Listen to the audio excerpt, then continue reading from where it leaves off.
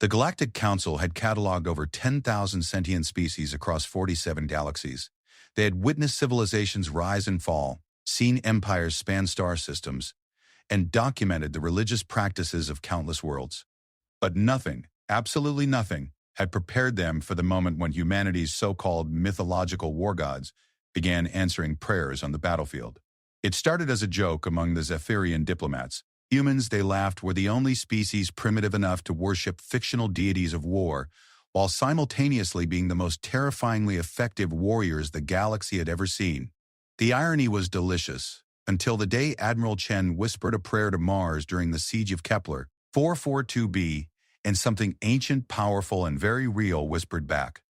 What the Council discovered next would shatter everything they thought they knew about the universe, about gods, about humanity itself. Because Earth's war deities weren't myths at all, they were prisoners.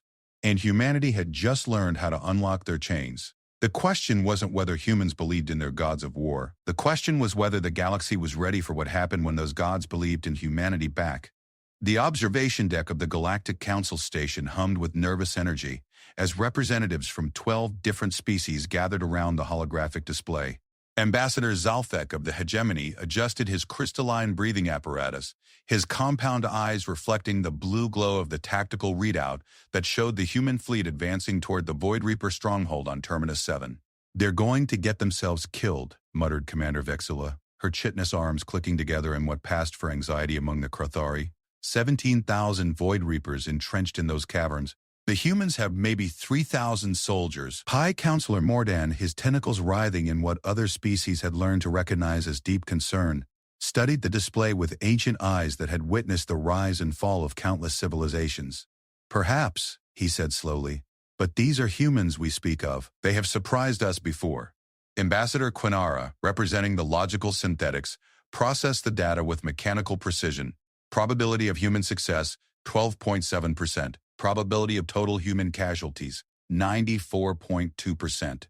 This action defies all tactical reasoning. Zalfik's translator crackled as he spoke. "That's what makes them so fascinating.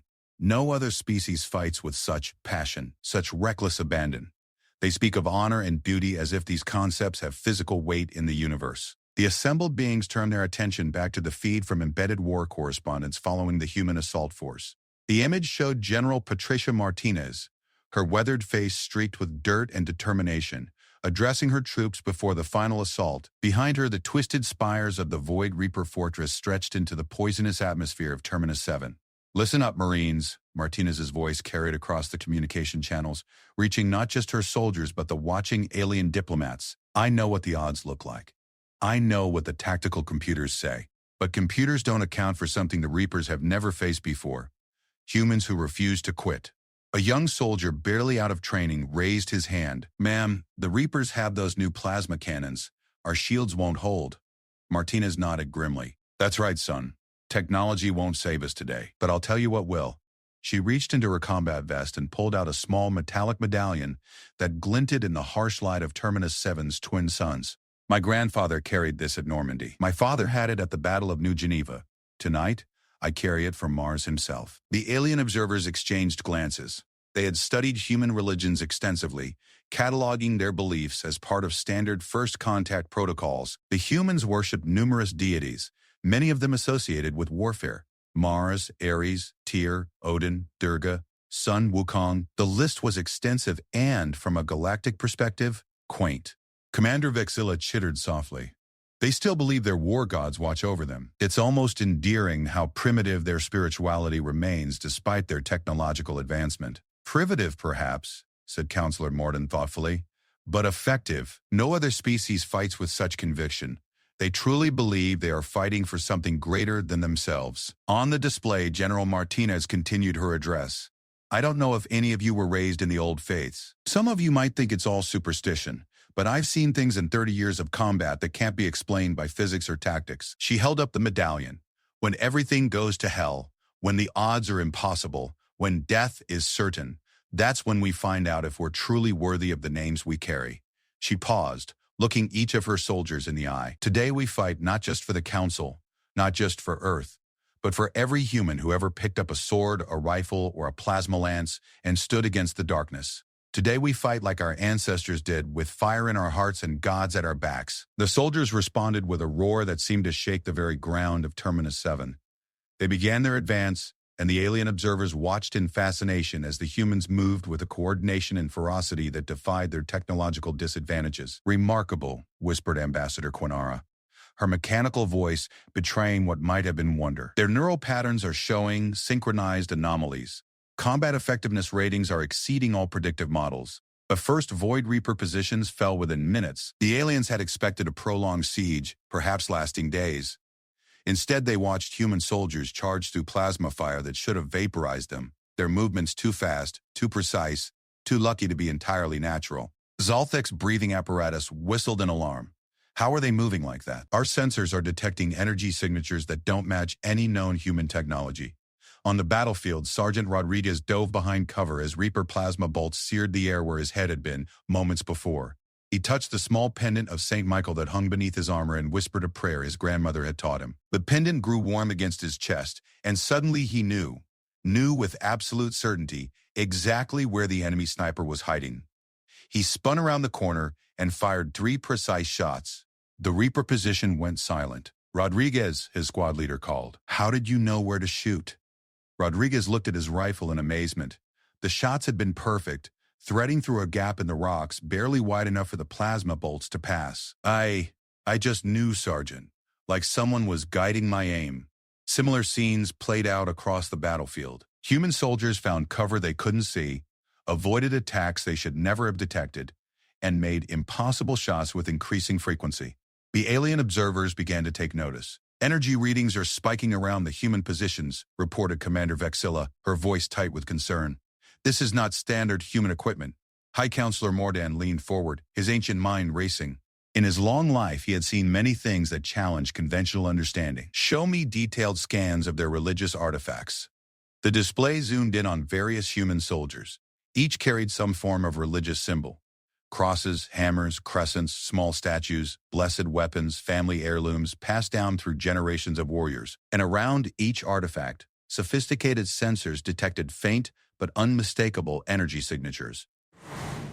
"Impossible," breathed Ambassador Quinara. "These readings suggest active quantum field manipulation.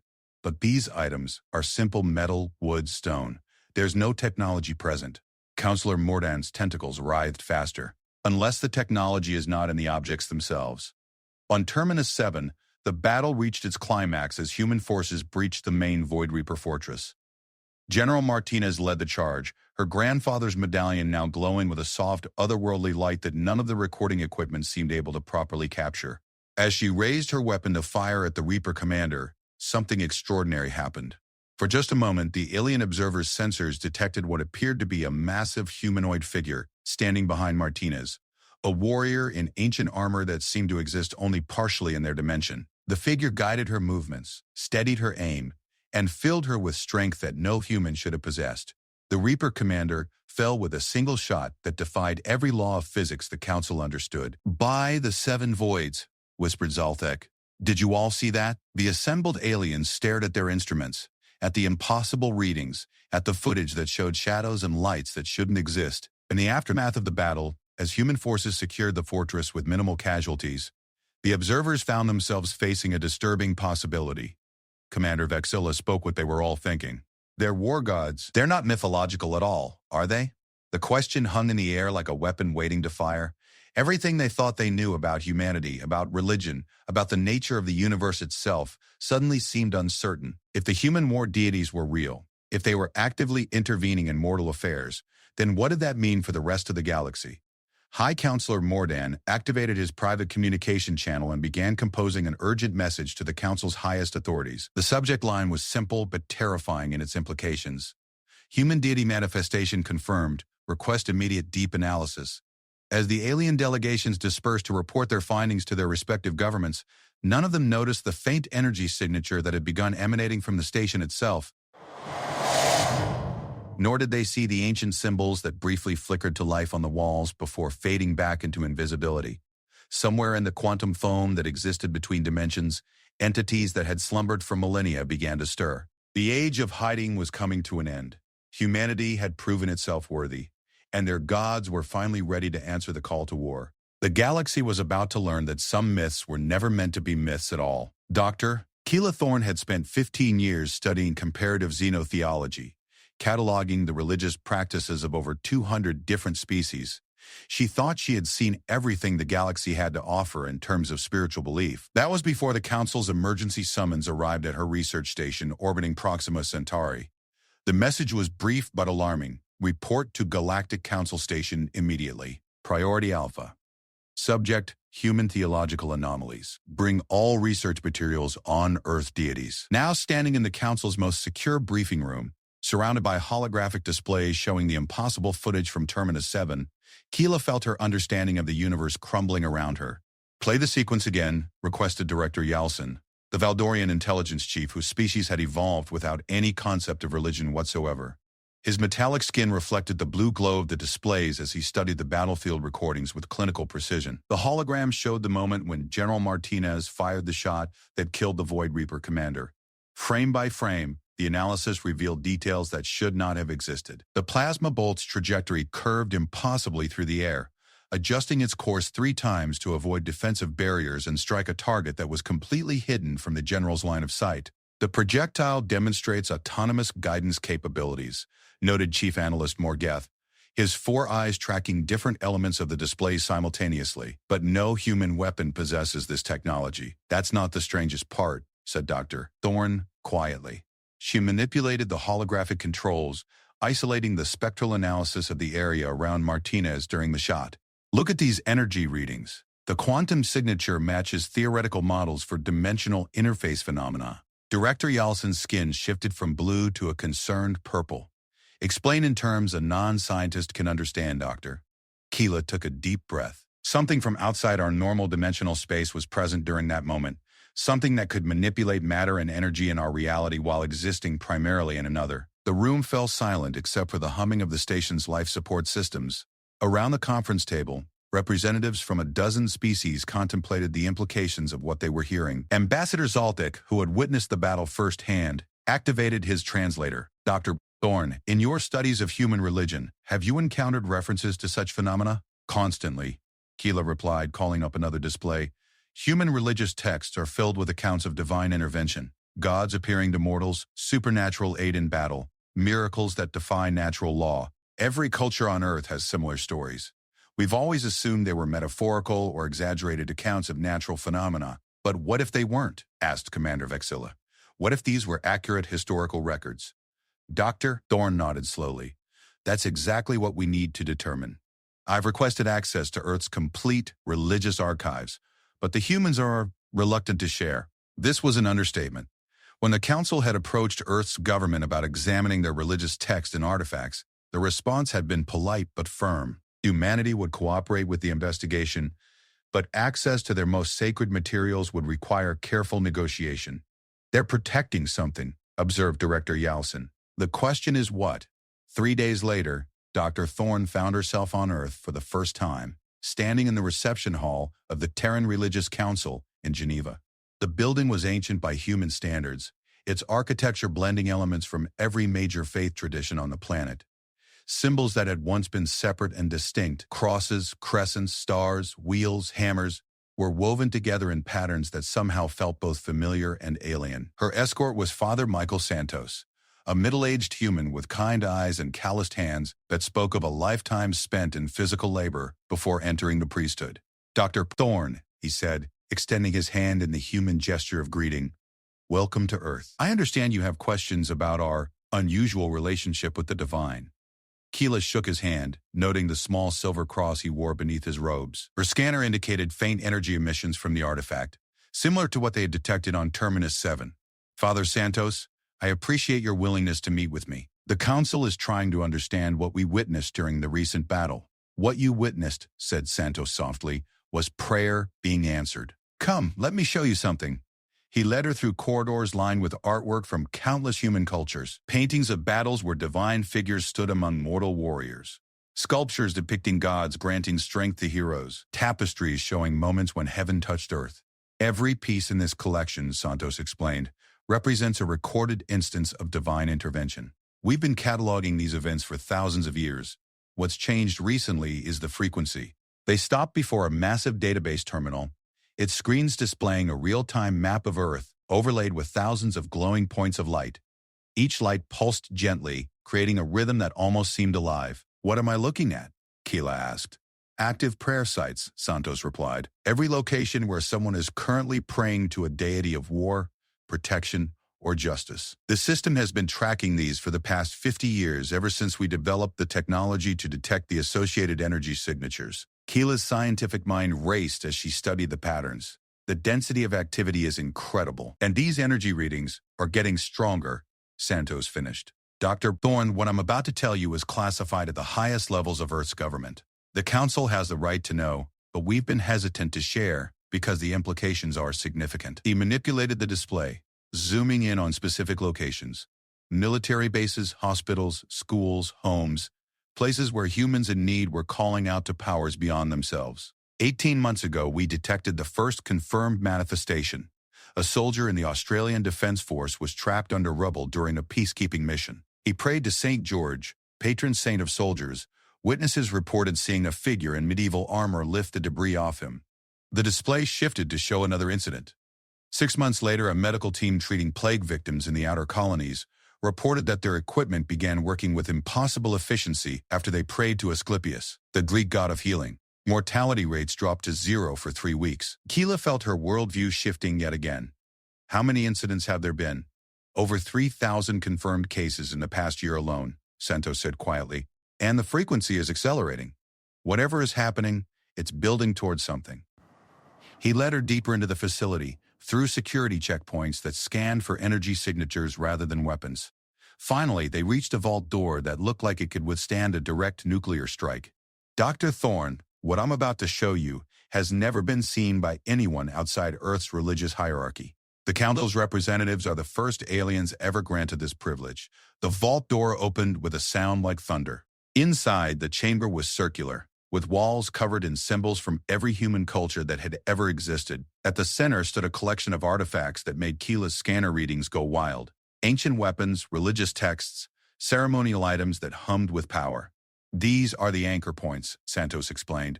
"Objects that have been blessed, prayed over, and charged with faith for centuries or millennia. They serve as communication devices."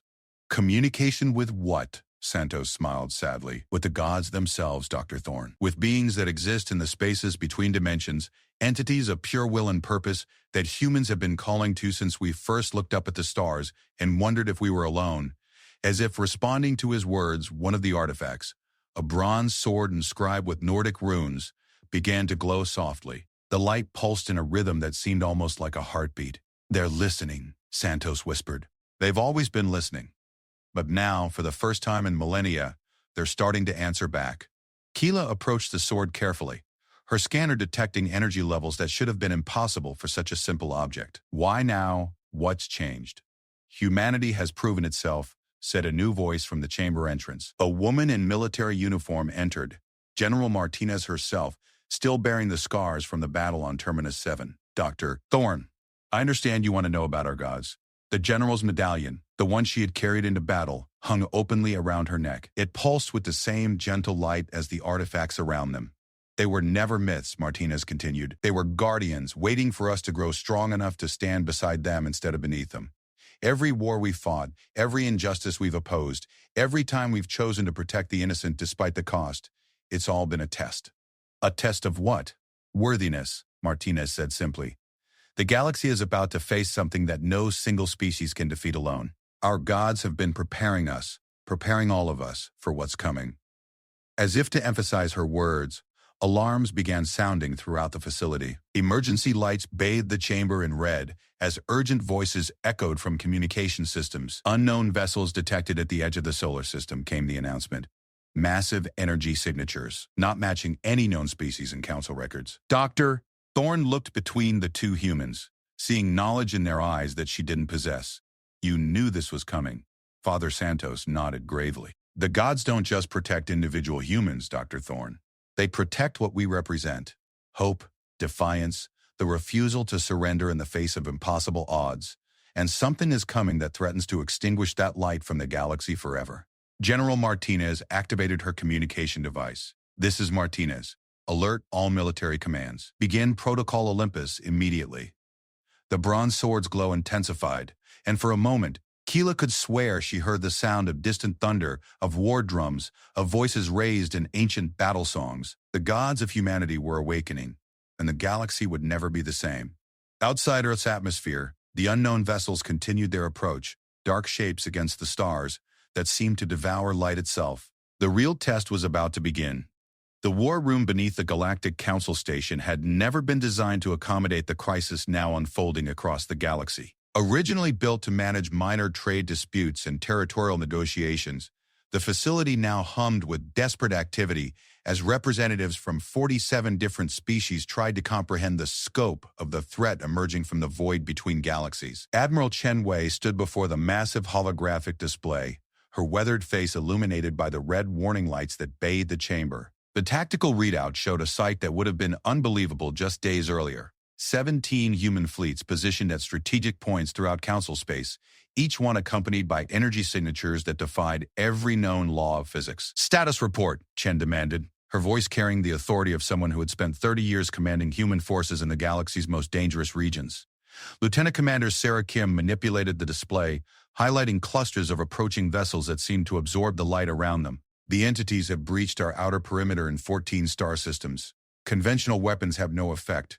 The energy is simply absorbed and redirected back at our ships." Behind Chen, High Counselor Mordan writhed his tentacles in patterns that indicated extreme agitation. "Admiral, our combined fleets represent the military might of nearly 50 civilizations.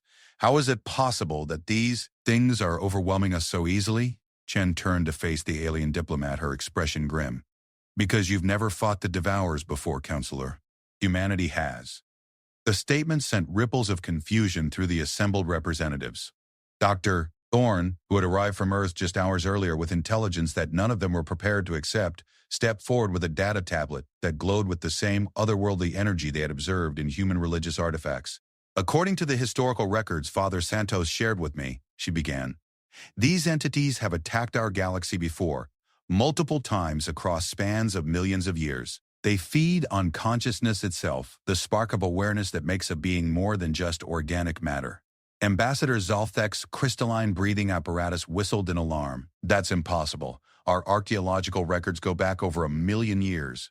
There's no evidence of such attacks." "Because they were successful," said a new voice from the chamber's entrance. The assembled beings turned to see Father Santos himself, still wearing his simple robes but now carrying a staff that pulsed with power that made their instruments scream warnings. Beside him walked figures that should not have been able to exist in the same physical space. Warriors in armor from every era of human history, their forms slightly translucent but radiating strength that could be felt rather than seen. "The devourers don't just destroy civilizations," Santos continued as he approached the holographic display. "They erase them from existence itself. Every trace of their culture, their achievements, their very memory is consumed.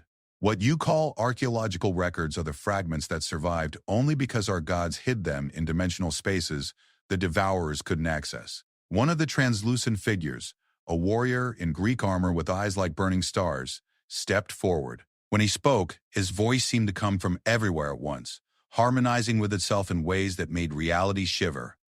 "I am Ares, whom mortals called God of War. For eons beyond counting, we have stood guard at the barriers between worlds, holding back the hunger that would devour all consciousness in this galaxy. But our strength wanes with each battle, and the enemy grows more cunning." The assembled aliens stared in stunned silence as their instruments confirmed what their minds struggled to accept. This being's energy signature matched the theoretical models for higher dimensional entities. He was, by every measure their science could provide, an actual god. Director Yalson's metallic skin shifted through a spectrum of colors, indicating severe psychological stress. "This is impossible. Deities are mythological constructs, created by primitive cultures to explain natural phenomena they couldn't understand." Another figure materialized, a woman in armor that seemed to be made of starlight itself, carrying weapons that cut through the air, leaving trails of silver fire. "I am Athena, goddess of wisdom and strategic warfare. Your science cannot measure us, because we exist primarily in the quantum spaces between thoughts themselves. We are will made manifest, purpose given form. Admiral Chen, who had been listening with the expression of someone confirming information she already possessed, activated the holographic controls.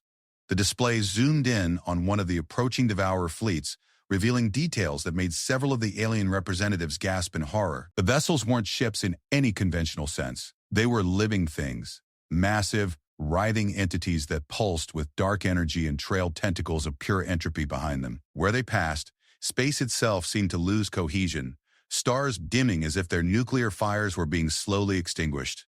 The devourers are older than any civilization in this galaxy, Chen explained. They're refugees from a previous universe that they consumed completely. When they finished feeding there, they broke through to our reality and began the process again. Every few million years, they return to harvest whatever consciousness has accumulated since their last feeding.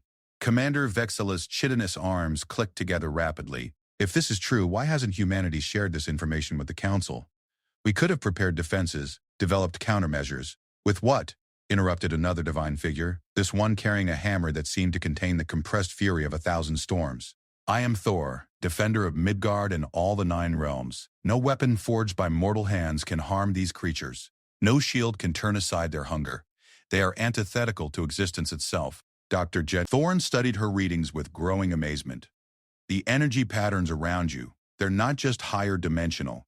They're specifically designed to counteract the quantum signatures we're detecting from the devourer ships. Ares nodded grimly. We were created by the first civilization the devourers attacked in this galaxy. In their final moments, as their consciousness was being consumed, they used the last of their will to forge us, weapons of pure thought and determination that could exist independently of physical reality. Living weapons, whispered High Counselor Morden. Entities of focused purpose designed for a single task. To guard, confirmed Athena. To stand watch at the borders of existence and ensure that consciousness, the spark that makes life meaningful, would never be extinguished from this galaxy. We have failed in this duty twice before. We will not fail a third time. The holographic display suddenly flared with new alerts as more devourer fleets materialized throughout Council space. But now the readings showed something else. Human ships moving to intercept, their crews calling out to gods, whose existence the galaxy was only beginning to understand. On the bridge of the battleship Thermopylae, Captain Marcus Rodriguez felt the familiar weight of his grandfather's rosary in his palm as his ship prepared to engage a devourer vessel the size of a space station. Around him, his crew whispered prayers in dozens of languages, touching artifacts and symbols that began to glow with inner fire. Sir, reported his tactical officer, conventional weapons are having no effect on the target. It's absorbing our plasma bolts and redirecting them back at us. Rodriguez closed his eyes and spoke words his grandmother had taught him as a child, words that seemed to reach across dimensions themselves. Saint Michael the Archangel, defend us in battle. Be our protection against the wickedness and snares of the devil. The bridge filled with light, as a figure in gleaming armor materialized beside the captain's chair, not solid, but more real than anything in the physical universe. Michael's presence brought with it the scent of ozone and the sound of distant trumpets. Fear not, faithful servant, the archangel said, his voice like the ringing of temple bells. Today you fight not alone, but with all the hosts of heaven at your back. The Thermopylae's weapons systems suddenly showed readings that should have been impossible. Their plasma cannons were firing energy that burned with silver fire, and where the shots struck the devourer vessel, sections of its hull simply ceased to exist. Not destroyed but negated at the quantum level. Similar scenes played out across the galaxy as human crews called upon their gods and received answers that the watching aliens could no longer dismiss as mythology. Ships blessed by priests fought with weapons that cut through entropy itself. Soldiers carrying blessed ammunition found their shots guided by invisible hands to strike weak points that no scanner could detect. But the most amazing sight was reserved for Admiral Chen herself, as she stood in the Council's war room and raised a simple steel sword, a blade carried by her ancestor at the Battle of Stalingrad over a century earlier. I call upon all gods of war and justice, she said simply. Show these creatures that consciousness will not go quietly into their endless night. The chamber exploded with light as dozens of divine figures materialized, not just from human mythology but from every species represented in the Council. The Krathari war goddess Vexatara, the Valdorian forge spirit Yalmorn, the Zephyrian storm dancers, entities that each species had believed were fictional, suddenly stood side by side, their combined presence making reality itself ring like a struck bell. We are the collective will of every being that has ever refused to surrender to the darkness. We are the dreams of heroes made manifest, the prayers of the desperate given form. And we, added Thor, his hammer crackling with power that made the station's hull vibrate, are about to remind the devourers why they have spent eons in exile between the stars instead of feeding openly in our galaxy. The real war was about to begin, and for the first time since the crisis started, Admiral Chen allowed herself to smile. The galaxy had gods. Now it was time to let them fight. The Battle of the Nine Suns would be remembered as the moment when mythology became reality across the galaxy. In the Kepler 90 system, where 9 stars burned in perfect harmony, the largest devourer fleet in recorded history materialized from the void between dimensions, their hunger so vast that the stars themselves began to dim upon their arrival. Fleet Admiral Helena Kozlov stood on the bridge of the flagship Valhalla, watching as impossible readings flooded her instruments. The enemy force contained hundreds of vessels, each one a living nightmare of organic technology that fed on consciousness itself. Conventional military wisdom dictated immediate retreat, but Kozlov was done following conventional wisdom. All ships, she broadcast across the human fleet, this is Admiral Kozlov. Today we fight not just for our species, but for every thinking being in this galaxy. Our gods walk among us. Show them we are worthy of their faith. Throughout the fleet, similar scenes played out as crews prepared for battle unlike anything in recorded history. On the destroyer Mjolnir, Captain Sarah Kim held her father's Medal of Honor, while Sergeant Major Williams led the ship's chaplain in prayers to gods from 6 different Earth cultures. The blessed medallion grew warm in her hands as thunder rolled through the ship's corridors, despite the impossibility of weather existing in space. On the cruiser Exodus, Commander David Chen, Admiral Chen's nephew, touched the Star of David his grandmother had smuggled out of Eastern Europe during the ancient wars. The metal sang with harmonics that resonated through the ship's hull, and crew members swore they could hear the distant sound of shofar horns calling across dimensions. But the most remarkable transformation occurred aboard the battleship Ragnarok, where Colonel Maria Santos, Father Santos' sister, knelt before a shrine containing artifacts from every major Earth religion. As she prayed in languages both ancient and modern, the shrine erupted with light that seemed to exist in more dimensions than human eyes could perceive. The watching alien fleets, positioned at what they had calculated to be safe distances, recorded what happened next with instruments that would require decades to fully analyze. The human ships didn't just engage the enemy, they transformed into something that transcended the boundaries between technology and divinity. The Valhalla's hull began to glow with runic inscriptions that wrote themselves across its surface in letters of fire. Where the symbols appeared, the ship's armor became something more than metal. It became the conceptual idea of protection made manifest. Energy weapons that struck these blessed sections didn't just fail to penetrate, they were converted into harmless light that scattered like stardust across the void. On the bridge, Admiral Kozlov felt a presence beside her that made the air itself seem to kneel in reverence. Odin materialized not as a figment of imagination, but as a being whose existence bent space-time around him. His single eye contained the wisdom of every battle ever fought, and his spear Gungnir pointed toward the devourer fleet with the certainty of absolute judgment. Today, the All-Father said, his voice carrying the weight of prophecy itself, "We fight the final battle that has been postponed for 10,000 years. Today, Ragnarok comes not as ending, but as transformation." Similar manifestations occurred across the fleet. Thor appeared aboard the destroyer bearing his name, his hammer Mjolnir crackling with lightning that arced between dimensions. Tyr materialized on the cruiser Justice, his hand, sacrificed long ago to bind the wolf Fenrir, restored and gripping a sword that cut through the fabric of reality itself. But the gods were not alone. As the human fleet engaged the devourers, divine beings from every species in the council began to appear, drawn by the desperate prayers of their mortal children who finally understood that their deities had never been myths. Aboard the Zephyrian ship Windsinger, Captain Zalmor called upon the storm dancers of his people's ancient traditions. The bridge filled with entities of living wind and lightning, beings that had guided Zephyrian warriors since their species first looked to the sky and dreamed of flight. The Karthari battleship Hive Mother became a conduit for Vexthahara, the war goddess whose chitinous armor reflected the light of 1,000 conquered worlds.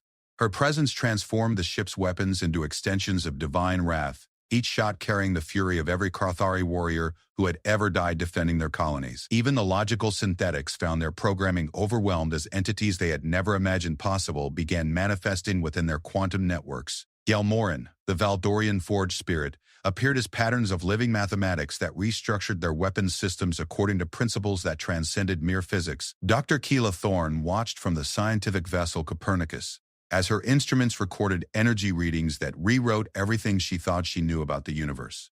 Gods were real, they had always been real. And they were about to remind the devourers why consciousness itself was worth defending. The first exchange of fire between the divine blessed fleet and the devourer armada created explosions that could be seen from neighboring star systems.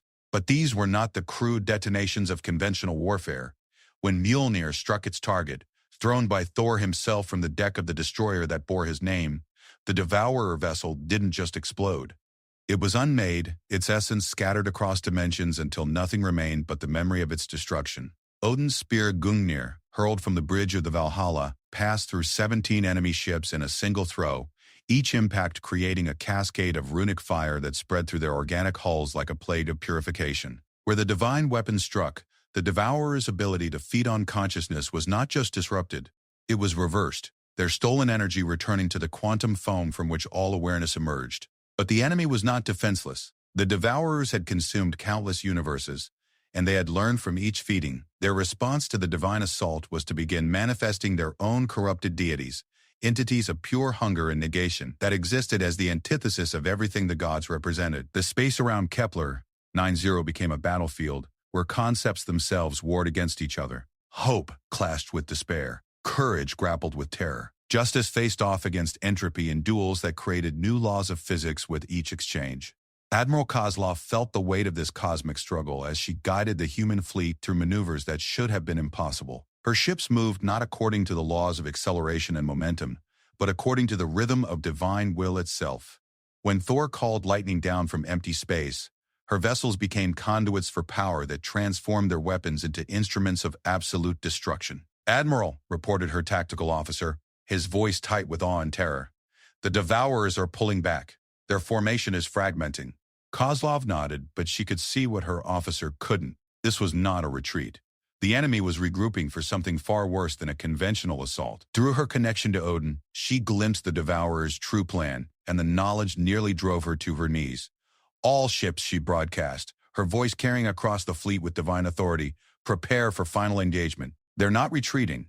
They're preparing to manifest their ultimate weapon." The space around the largest devourer vessel began to writhe and twist as reality itself was torn open. Through the wounds in space-time, something began to emerge that made the watching gods themselves step backward in alarm. It was hunger given form, entropy shaped into a mockery of consciousness. The accumulated despair of every civilization the devourers had ever consumed, forged into a single entity of absolute negation. "The Void Father," whispered Odin, his voice heavy with ancient memory.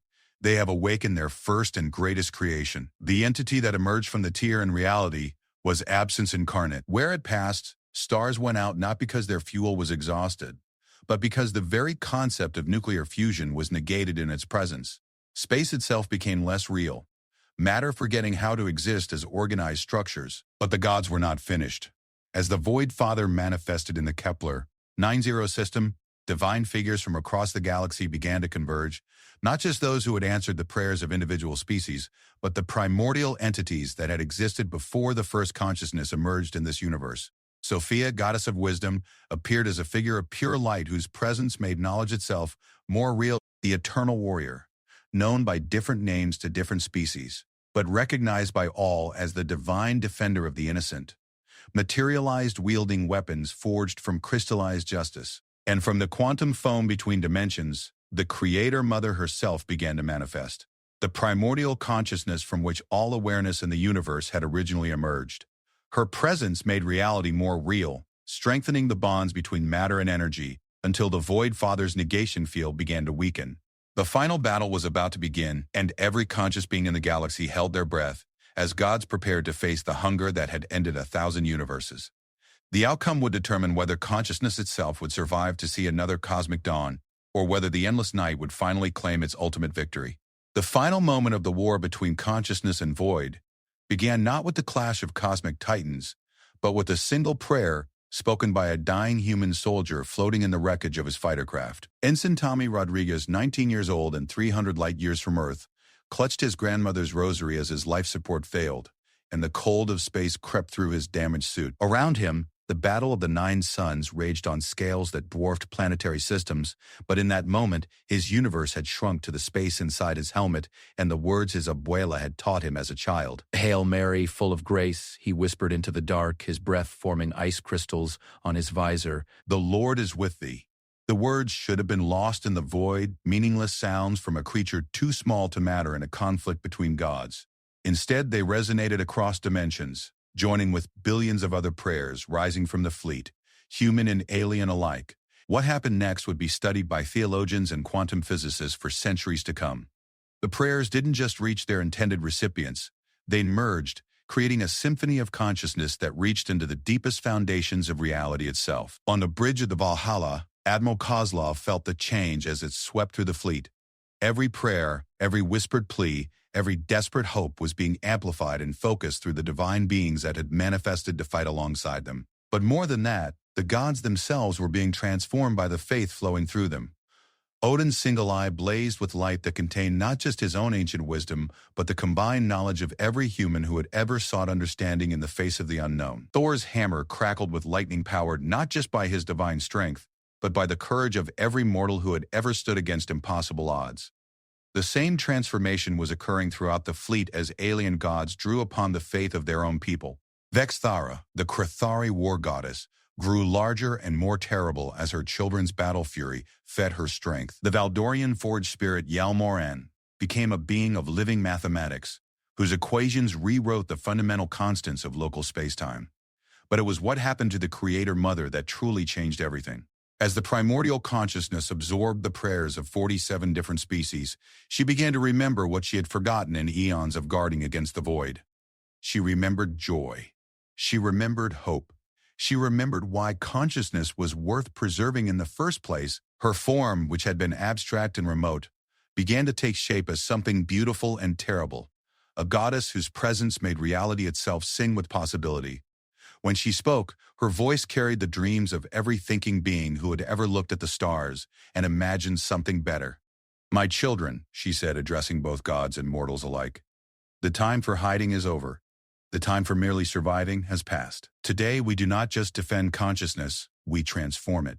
The Void Father, sensing the shift in the cosmic balance, turned its attention toward the Creator Mother with hunger that had consumed galaxies. Where its gaze fell, space itself began to unravel, but now the goddess met that negation with pure creative force. What followed was not a battle in any conventional sense. It was a fundamental conflict between the principles that governed existence itself. The Void Father struck with entropy made manifest, weapons that deleted matter from reality and left gaps in space-time where nothing could ever exist again. The Creator Mother responded with explosions of pure possibility, her attacks creating new forms of matter and energy that had never existed before. But the real battle was being fought on a deeper level, as every conscious being in the galaxy chose which force they would empower through their beliefs and actions. Dr. Keela Thorne, watching from the scientific vessel Copernicus, felt herself becoming part of something larger, as her instruments registered impossible readings that her mind somehow understood perfectly. She wasn't just observing the conflict. She was helping to shape its outcome through her determination to understand, to learn, to grow in knowledge despite the chaos around her. Every equation she solved, every mystery she unraveled, was adding to the Creator Mother's strength. Throughout the fleet, similar acts of consciousness were tipping the balance. Captain Sarah Kim's refusal to abandon her damaged crew members empowered the divine defenders of the innocent. Father Santos's prayers for his sister aboard the Ragnarok strengthened the bonds of love that held reality together against the void's attempts to tear it apart. Even the alien species were discovering aspects of their own consciousness that they had never realized existed. The logical synthetics found that their pursuit of perfect reasoning was actually a form of worship, their algorithms' prayers to the divine principle of truth. The practical Krathari learned that their fierce protection of their colonies was itself a sacred act, their battle fury a hymn to the goddess of righteous war. As these realizations spread throughout the fleet, the gods themselves began to merge into something greater, not losing their individual identities, but becoming facets of a single, overwhelming presence that represented consciousness in all its forms. The Void Father struck one final time, pouring all the accumulated despair of 1,000 dead universes into an attack that should have unraveled the Creator Mother's very existence. The blast of pure negation struck her with force that made nearby stars flicker and die. For a moment that lasted eternity, it seemed as though entropy had won. The Creator Mother's form wavered, her light dimming as the weight of cosmic despair threatened to extinguish her entirely. That was when Ensign Rodriguez, still floating in his damaged fighter craft, spoke the final words of his prayer. Holy Mary, Mother of God, pray for us sinners now and at the hour of our death. Amen. The words reached the Creator Mother at the moment of her greatest need, and she suddenly understood something that had eluded her throughout the eons of her existence. She had been trying to fight the void as a force of pure creation, but that was not what consciousness truly was. Consciousness was the ability to choose hope in the face of despair, to create meaning from chaos, to find light in the darkest places. Her counterattack was not an explosion of energy or matter, but something far more devastating to the Void Father. An outpouring of pure love, compassion, and hope that transformed everything it touched. The devourers, beings of pure hunger, suddenly found themselves experiencing what they had been consuming all these eons. They felt joy, wonder, curiosity, the desire to create rather than destroy. Many of them simply stopped fighting, their forms dissolving into sparkles of light as consciousness awakened within them for the first time. Others fled back to the spaces between dimensions, no longer able to feed on the awareness they now possessed themselves. The Void Father itself, faced with an enemy it could not consume because it was learning to feel what consumption truly destroyed, let out a sound that was part roar, part sob. For the first time in its existence, it experienced regret, and with that emotion, it became something other than pure negation. I remember, it said, its voice shaking the foundations of reality. I remember when I was like you, before the first feeding, before the hunger became all I was. The Creator Mother, her power now fed by the faith of countless species, extended her hand toward her ancient enemy, then remember how to choose something else. What followed was the most beautiful sight any of the observers had ever witnessed. The Void Father, the hunger that had ended 1,000 universes, slowly began to transform. The emptiness that had defined its existence filled with light as consciousness reawakened within it. It became what it had been before the first corruption, a guardian of the spaces between thoughts, ensuring that consciousness had room to grow and evolve. As the transformation completed, the remaining devourer fleets throughout the galaxy began to experience the same awakening. The war was over, but it had ended not with destruction, but with the ultimate triumph of consciousness over entropy. In the aftermath, as the fleet regrouped around the 9 sons of Kepler, 90 Admiral Kozlov found herself standing in the presence of gods who were no longer hiding from their mortal children. The age of mythology was ending, and the age of open partnership between divine and mortal was beginning. What happens now? She asked Odin, who still stood beside her on the bridge of the Valhalla. The All-Father smiled, an expression few mortals had ever seen on his ancient face.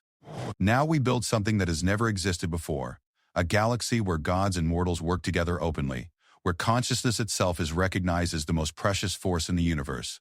Across the galaxy, similar conversations were taking place as alien species met their own deities face-to-face for the first time in millennia. The Galactic Council would need to be restructured to account for divine representation. New technologies would emerge from the merger of scientific knowledge and divine wisdom. The very nature of civilization was about to change. Dr. Keela Thorne, updating her research notes on a reality that had been fundamentally transformed, wrote the conclusion that would become the foundation of a new field of study. The gods were never myths. They were the dreams of consciousness itself, made manifest by the collective will of every thinking being who refused to surrender to the dark. Now that they walk among us openly, the real adventure begins. We are no longer alone in the universe. We never were. We are part of something larger, something sacred, something that will ensure consciousness burns bright among the stars for all eternity. As the fleets began their journey home, carrying news of victory that would reshape galactic civilization, the 9 sons of Kepler, 90, burned brighter than ever before, not with nuclear fire alone, but with the light of consciousness triumphant, hope reborn, and gods and mortals standing together as partners in the endless dance of creation. The age of hiding was over. The age of wonder had begun.